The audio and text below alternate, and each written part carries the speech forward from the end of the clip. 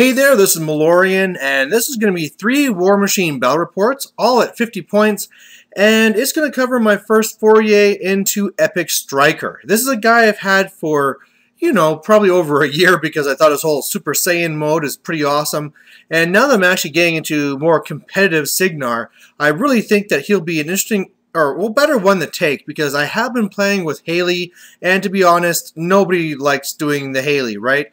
From my side, either I shut you down and shoot you up, or you get to me and I die. And it just doesn't make for an interesting game, and so I'm hoping this will be a little bit better.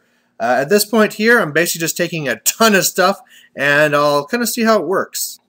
Alright, so the first mission here is the first one, 5 points. There's no kill box in effect. You get 1 point for dominating the close zone, 1 for controlling the far zone, 2 for dominating it, and then 1 for destroying the enemy objective. Now that objective also has priority, so if your caster is ever in control range of the enemy objective, he can't dominate it. So it makes things a little bit interesting. My list here is going to be eStryker with Old Rowdy. I'm going to be running the Stormblades, Max Storm Guard, Max Sword Knights. I have the Piper, I have Junior, I have Gorman. There's also the Max Nis Hunters and the Max Tempest Blazers. This first game here will be up against Kador with Butcher. He's running Beast 09, even though it looks like a regular Juggernaut. And what he has here is Yuri the Axe. There is the Doom Reavers with the UA, Saxon Auric. He also has the his own Gorman. There is also the regular Man-Eater. There's a Kovnik. There's the Pikemen. There is also the Man-O-Wars, the Widowmakers, and then also the Markmen. Now, looking at this here, I'm really hoping to actually really kind of crush on the left side, start scoring, and then kind of just slowing things down on the right side, killing what I can with my Nis Hunters and the Blazers, and then of course always looking for the caster kill. So I get first turn, I put up Arcane Shield up on the Rowdy, I have Dirge of Mist up on the Nis Hunters for an awesome defense 16, and otherwise just kind of moving up. His turn, he's able to shoot down one of my Tempest Blazers, and then otherwise, the Kovnik gives him the +2 movement and be able to do shield wall for the Man-O-Wars, and really the rest is just kind of running up at me. So with this, I mean, I feel like I have a really good opportunity here to kill a lot of his stuff. I mean, his pikemen, because they did this, did not have their shield wall up, and they're not mini-feeding or anything like that, so I am really hoping to kill a lot of stuff on the left. Now, originally, I also thought I could kill some of these Widowmakers just by moving into them and then kind of shooting them, and then maybe doing Electro Leaps to getting stuff there too, but unfortunately he put Iron Flesh on them, so that's kind of off the table. So that's alright, because instead the Blazers come over to the left, they shoot some Electro Leap shots into the Pikemen, and then one goes up to engage, the other one's pulled back, then the Nis Hunters go up, they shoot up a bunch of them as well, so now there's just the UA and one of the Pikemen. Otherwise, on the left, I charge in with the Storm Blades. They fail to kill Yuri. I charge in with the Sword Knights. They kill, what, like one guy and make another guy just tough. And otherwise, I'm just kind of advancing with the rest. Dirge is again up on the Nis. And really it looks okay. I mean, I really had hoped to kill more on the left side, and now with all those Threshers, it's really, in Berserks, it's really going to hurt. But hey, I have enough guys there, I know I'm going to overwhelm it. So on his turn, I lost way more Nis Hunters than I thought. He's able to kill the one guy there in combat. His Widowmakers really just can't hit to save their lives. He goes up with the Pikeman, kills a Nis Hunter, and then they go back with their mini feet. Beast 09 under full throttle goes up and kills tons of my guys. Manhunter failed to kill another one, and you can see he killed lots of guys on the left. But to be fair, the vast majority of them were Sword Knights, and really in this list, the Sword Knights are there basically to die. They're my cheap guys. So I'm actually okay with this. Now I can counter with the Storm Guard and hopefully really start clearing out this left side. So on my turn, that's basically what I do. on the right, he actually didn't go for shield wall, a little mistake there, so I was able to kill one of the Man of Wars, and again, I'm just blocking them off while I hold back. Also put Dirge on them this turn to try and really hold down that zone. I'm able to go and blind Beast 09, so that's going to really help for Gorman. And then, yeah, charging with the Storm Blade to kill Yuri and Saxon Auric. Charge in with the Sword Knights, and again, I'm just not really doing it. There's still 3 of those guys there, and, you know, I could have charged in with the Storm Guard, but I thought, you know what, if I do, I'll be Electro Leaping to my own guys. Why don't I just hold back and I can recharge again next turn? Otherwise, I have one of my Nists that went up there to block the Pikemen, and made sure to engage Gorman. And, yeah, I'm just up there and hopefully going to be able to either start scoring or go for the assassination next turn. So for his part there, he is able to kill off 2 of my Tempest Blazers, but unfortunately, dice again means that I keep my other one alive. Beast 9 comes back. He tries taking a free strike on Gorman, and I kill him. And then otherwise on the left, as you'd expect, those guys kill a lot of my guys there, but whatever. Again, it's Sword Knights. They're there to die. But the kind of thing that I was probably not the right idea is that he threw an Obliterate into me to try and kill more of my guys. And so that took a lot of his stuff out for focus-wise. And he also put on Iron Flesh. So Butcher's there now camping nothing, and I can pretty easily get my guy to him. All I need to do is get rid of the dog, get this Kovnik out of the way, and I can deliver eStryker to him. So on my turn, I do that, but one of the mistakes I made was that I forgot about the reach on the Jack. I don't know why I forgot about this, but I forgot Beast 09 has reach, and because of that, after I shot down the dog, I came over with Old Rowdy. He kills the Kovnik. I charge through, and I take a free strike, and he wallops me and leaves me with 10 boxes. Well, with those 10 boxes, I decide, hey, let's be a man. I'm still going to go for 2 dice for my overpower. And I fail. I roll 11, and I kill myself. So a couple of things here that are a flop for me is forgetting about the reach. You know, whenever you make a knowledge mistake and something you should know, that's always a little bit embarrassing. And 2, something I could have done, if I would have even realized this, is swapped over Arcane Shield onto Striker, and then I would have survived, and this would have been a win. But overall, it was a game that I felt I was well in control of, and really just came down to a dice and a little mistake thinger at the end. So, second game, it's a different scenario, but same idea. Only real difference is the objective now gives boost to light artillery, so there's no priority anymore. And now I'm up against pMagnus. He is going to be running a Renegade and a big old Galleon. He has some Steelhead Riflemen on the left, 3 of the Cav and Stannis Brocker. He also has a min-sized unit of the Halberdiers, and then a min-sized unit of the Boom Howlers on the right.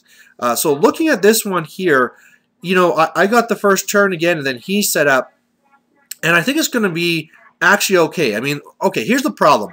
The Galleon is really good at shooting down my troop swarm, so that's going to be an issue. The good news, though, is a lot of the stuff is here on the left. And with my shooting and all the rest of it, I should be able just to blitz those guys really quickly and start scoring on the left. So what I'm really looking at this one is looking for a scenario on the left side of the board, and then of course always looking for caster kill. So I put up Arcane Shield onto the Storm Blades, just because, you know, if he's lobbing a bunch of AoEs at me, armor 18 would be pretty nice. I did kind of screw up because I want to put Tough on them too, but I kind of messed up my order of activations. And then another thing I thought up too is, I mean, I should be putting up Deflection. I could have easily put up that spell with Striker, but just didn't. That would have made them even, you know, armor 20, and they would have been pretty damn strong. But otherwise, you know, it's just a general advance. His turn there, he's really moving up. He puts up Snipe onto the Galleon, like you'd kind of expect, and lobbing those in and shooting his Trident. He's able to kill one of the Storm Blades and then a small handful of the Sword Knight. So, you know, that's not too bad. And this is actually something I kind of was semi-hoping he would go into, because a galleon in my face is more of a worry to me than these little lobs this first turn. So that's kind of why I really just kind of like ran the guys up to kind of tempt out that shooting. So glad that he's 5 inches further back than he could have been. And then otherwise, yeah, it's just kind of a general advance. So on my turn, that's what I do. On the left side, the Blazers go up. They do electroleap shots to the riflemen and kill almost all of them. They also fail their command test, so they're pretty much out of it. I then fast cav to be tying up his cav. The Nis Hunters go up. They do a combine into Stannis Brocker to take him down. The Sword Blades, or Storm Blades, basically just do a charge run order, and they try and do a couple of hits on the one Halberdier there. Don't able to get it because of set defense, and otherwise I'm just kind of blocking things up. I put up Tough onto the Sword Knights. They're running up just to take up real estate, and then really, yeah, all the rest of it's moving up too. Now, one of the always worries against something with the Renegade and stuff like that is he can shoot you, knock you down, and then the Galleon just shoots the hell out of you. Well, the nice thing here is that since I'm base to base with Old Rowdy, that means I can't be knocked down. So, you know, even if he shoots that shot into me, I'll still be defense 16, and the Galleon will have a hard time doing trouble to me. Plus, I'm fully camped, so I'm armor 22. So on his turn, he tries to do his best, but on the left there, he's not really getting a lot of good dice. He kills a couple of my Storm Blades. The Boom Howlers come up. They kill some of my guys. Then he starts lobbing AoEs into me. He shot the big Obliterator rocket. And so you can see there's kind of a hole there in the middle where he killed stuff. But probably the big mistake he made here is that he then moved up Magnus to do a spray to try and kill even more. And the reason why he did that is that he knew that I couldn't charge him because I don't have Pathfinder. And, you know, the only things that can really shoot him are the Nis Hunters, and there's a lot of stuff in the way over there.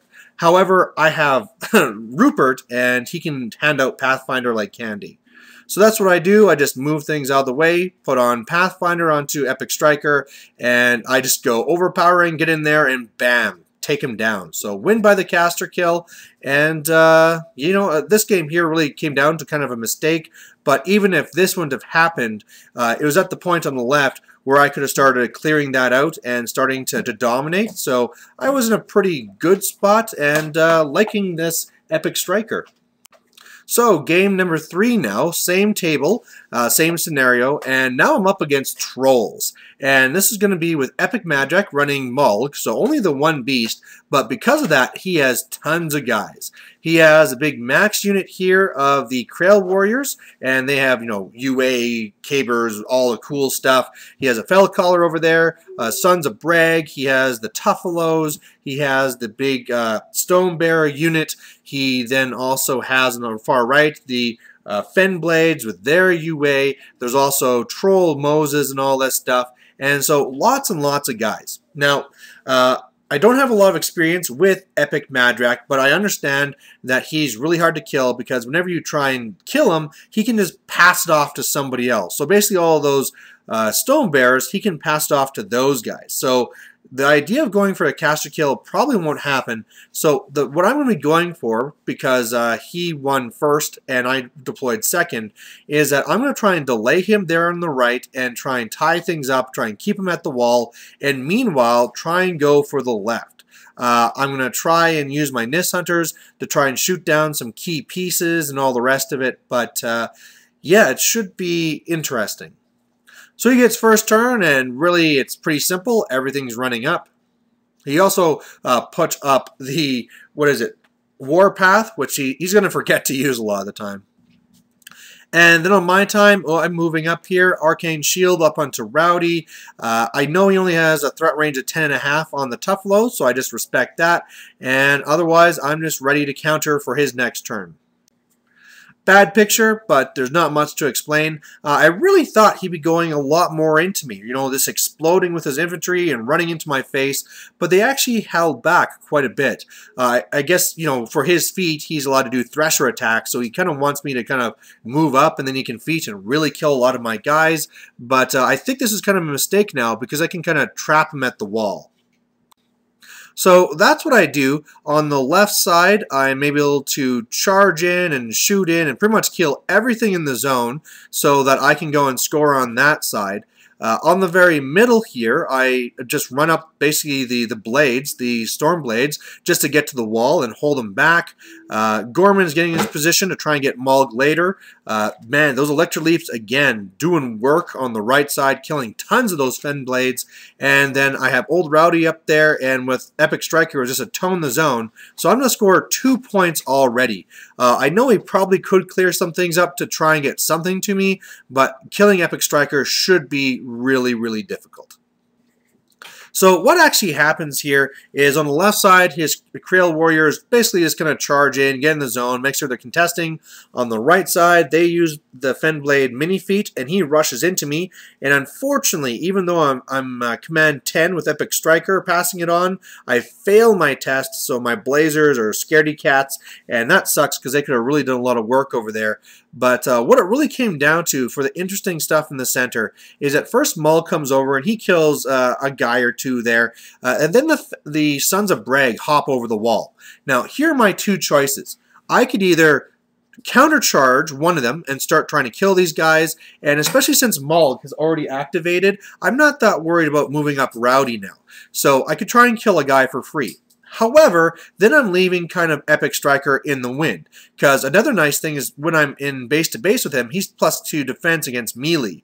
So when he did that, I thought about it, I went, okay, let's go for it. I go for the counter charge, and he toughs it, and he's not dead anyway. So that really sucked. Then he goes and he gives Pathfinder to the Tuffalos. He also casts a spell on them so they get an extra dice of damage, and they charge. Now, they're going to be needing 9s to hit, and I believe -8 to their rolls. He misses one, cranks on another, and does something like 10 damage to me. So it's not even so much that he did damage to me, but the fact that I'm now tied up and needing to get the hell away when I got Mulg and all these guys around me, and my Blazers failing their command test. And Gorman's tied up. So that really wasn't good, but looking at this here, I'm now seeing that scenarios should be possible, so I'm going to try and shift to the left, deal with these Tuffalos, and just win by scenario. So that's what I really do between, you know, the Storm Guard and the Sword Knights and that stuff. They clear out everything I need to worry about on the left side. Rowdy goes, and he tries dealing with the one middle Tuffalo, but he just keeps on toughing. Then I charge in with the Nis Hunters, and they are able to kill the bottom one, re-tuff the middle one, and do some damage to the top one. The Blazers rally. Gorman just decides to stay in the zone and contest. Rupert goes up to contest. Now that there is no one that could go after Stryker, he does 1 for velocity and then just goes over into the other zone there. So I'm in a pretty good spot here. I dominate. It's now going to be 4 points to 0. And really, I had no idea how he could really even threaten me at all. And then he said he's going to go for the caster kill. And I was wondering, how are you going to go for this caster kill? And I guess what the idea is going to be is to charge ePIC-Stryker with the Tuffalos. Now, here's a real issue where, you know, a big part of War Machine is those front arcs and back arcs. And you can see on my painted guides, I have them there, but because a lot of these other guys, they just aren't at that stage yet, I don't have them, my opponent doesn't have them. So when he talked about that plan, I was pointing out how the front Tuffalo, which even though he's knocked down, he's going to bring them back up with a fell call anyway, there's no way that I'll be in his front arc, so he can't charge. When we looked at the rear one, really, if you do it at half, I am in the back arc, but this is one of those problems, you know, like he could paint them on at a slight angle and stuff like this. So, you know, at the end of the day, we said, okay, he can do it. Let's see what happens. I mean, at this point here, I am, you know, +8 to my armor, so I'm armor 24. He's needing 9s to hit me. He has to get past a couple of Nis Hunters first, so the odds aren't high anyway. As it goes, though, it happens. So he comes over with Mulg, and he gets rid of Rowdy to stop any free strikes. The one Tuffalo kills the one Nis that would be doing free strikes, and then the other one, after he does this spell, so he gets an extra dice of damage, kills one Nis, kills one Sword Knight, and gets to me and hits. Remember, he needs 9s to hit. He hits with the Rider, does 3 damage. Then he rolls for the mount, hits again on a 9, and look at this damage roll. 665 So I believe his POW 15. So he is -9 to the roll. So here he is going to be doing 8 damage to me, which was just what he needed to kill me. And it's like, oh, I can't believe it. But you know what? You know, it's not a tournament game. It's moments like these you can kind of like laugh about after. And either way, I think the main thing to take it away from this is I'm really liking eStryker. One of the things I was looking at after is, I mean, I'm like most people where I see that overcharge as his feat, but his feat is really that everybody gets to move an extra 3 inches and make another attack. And that's something I really need to take more advantage of. Looking at the list, it's actually, I actually kind of like this list. I'd be very interested to hear from you guys what type of things you'd like me to change, but I'm finding that I'm getting a good amount of variety in the list and getting all the different pieces I need. Sword Knights, you know, there might be better troops in there where I can use them to tie them up, say like a Epic Alexia, or sorry, normal P Alexia, but then all of a sudden their armor isn't there, their defense isn't there, they can't take part of the feat. I mean, the nice thing about this list is I can put Arcane Shield on them, and they can become armor 19, I think it is. So either way, I'm really liking eStryker, definitely a lot more than Haley, and hope you guys like watching. Bye.